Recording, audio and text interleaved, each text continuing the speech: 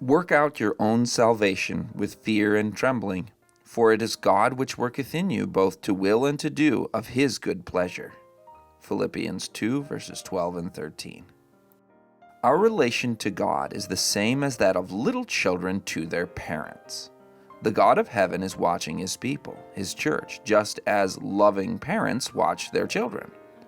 And we are as foolish as little children are, for how prone we are to think that we know everything, when really we have not begun to know what God is waiting to teach us when we show willingness to follow in his footsteps.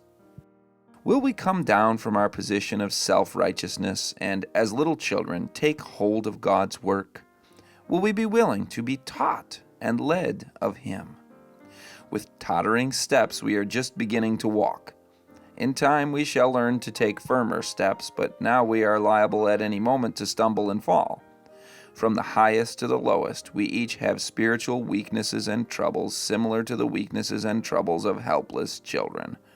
And as these inexperienced children cannot place their dependence on one another, but must depend on their parents, so we must learn not to hang our helpless souls on any human being, but cling to the one mighty to save. God calls upon us to make our movements in his fear and to walk tremblingly before him. Work out your own salvation, he says, with fear and trembling.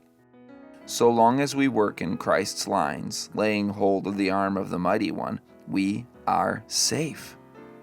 But just as soon as we loosen our grasp of his arm and begin to depend upon human beings, we are in great danger.